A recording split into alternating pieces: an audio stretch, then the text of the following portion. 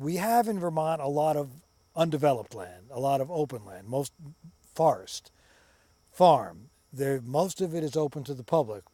Most of it, if you don't post your land, people can hunt, fish, hike, snowshoe, snowmobile. Amen. So what's special about putting a chunk of land aside and saying this land is not supposed to be touched? Is it this scientific stuff you're talking about, or is there also kind of an aesthetic basis for wilderness? That's a great question.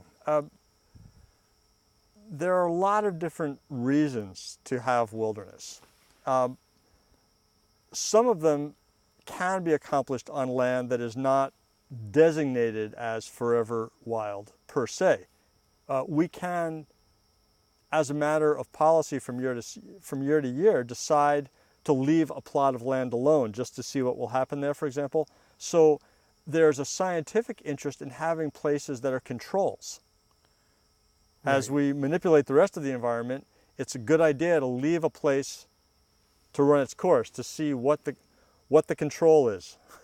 So that you can achieve at almost any landscape scale, on private land for that matter. And there are certainly large blocks of private land in Vermont which are managed very lightly. There are plots of land that are managed very thoughtfully as part of a working landscape. And, and they provide all of those ecosystem services and human benefits that you mentioned: clean air, clean water, recreation, quiet space, wildlife viewing. What makes the federal wilderness designation so unique and so precious is that it represents a societal decision, which is hard to revoke, of restraint. Here is a place that we're going to set aside, and we're not going to be governed by the appetites of the day or the year or the decade. It's great when the Green Mountain National Forest develops a 15-year plan that identifies a management goal for specific areas of a 150-year rotation, for example, saying we're going to grow big trees here and we're going to let the forest mature. They can change their mind in the next 15-year cycle. And if the economy is bad and people with different ideas are in office and the wood market is good, it can be very, very tempting to do something exactly the opposite of what you decided 15 years ago. Federal wilderness is hard to undo. In fact, I don't believe that a wilderness once created has ever been undone. I don't think so. And that's one of those little ingenious devices of governance that has been constructed so that it has staying power. The idea of federally protected wilderness is as powerful as the national park. It's one of the things that is going to look very, very smart about the United States in future history books. Speaking of the management of the Green Mountain National Forest, how do you think, from your perspective, how is that being managed these days? As far as, forget setting aside land officially as putting it in the system, just, are they managing for just wild land, primitive land sufficiently from your point of view? Well, we can always find something to quibble about, right. But in general, the Green Mountain National Forest and the White Mountain National Forest are managed according to their plans, and those plans were developed through public processes which take account of the reality on the ground in the East. And that is a long way around of saying, yes, we think they're being managed pretty well. We think they're being managed in a way that is consistent with balancing the different needs and pressures on these public lands. What makes the eastern forests different from western forests is that there are 75 million people within a day's drive of them. And there are people who are living stacked up in high-rises in the boroughs of New York who don't even necessarily get out into the heart of the breadloaf wilderness, but who take great benefit from knowing that it's there and knowing that there are places within a day's drive that are producing clean air and clean water and keeping the world intact. And so in the East, the forests have to be managed for a lot of people, not just the folks who live right on the margins of them. And this is a constant conflict or dialectic that public land managers have to deal with, is balancing the needs of the closest neighbors with the needs of landowners who live hundreds or thousands of miles away, but who still have a stake in their public land.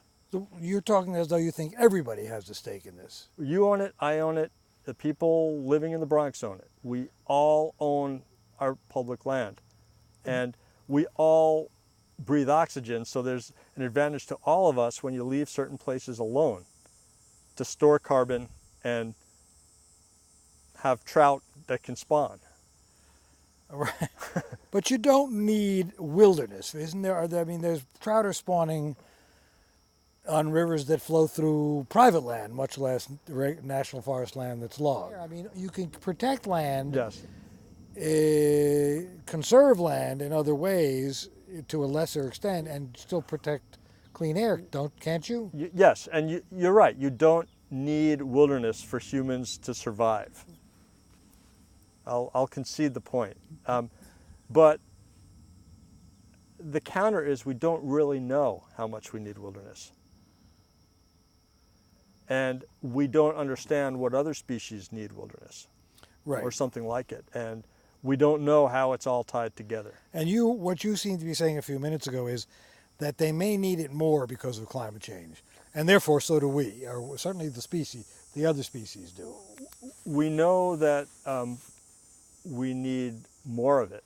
And we know that it's not going to do exactly what we thought it's going to do in some cases. Now, I've been talking to other people, including the person we were talking to this morning, who say, you can do a lot of protecting of land and keeping it wild and with wild characteristics without putting it into the wilderness system with a capital W. Do you agree with that? Sure. You can also change your mind and decide to put a wind turbine there. Right. Oh, I see. What you're saying is the protection is not as permanent. Right. What about logging in the forest? Would you rather see the management of the Green Mountain and the White, since you're involved in that too? Because there's still a fair amount of logging, is there not? There is logging. There's much more on the White Mountain National Forest than on the Green Mountain National Forest. But again, under the management plan, it's a multi-use forest and it's managed for multiple uses. Personally, I'm fine with logging on appropriate portions of public land, and the Wilderness Society is fine with that. There's happily enough public land to do a lot of different things and to meet a lot of different social needs. I think that as the world has changed since the national forests were established, the balance of those needs has changed.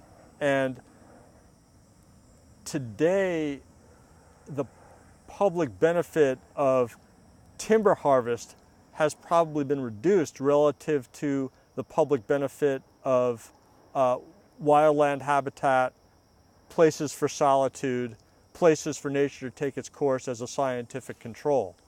And so each time we look at this question, we may decide that the balance between timber and other values has changed.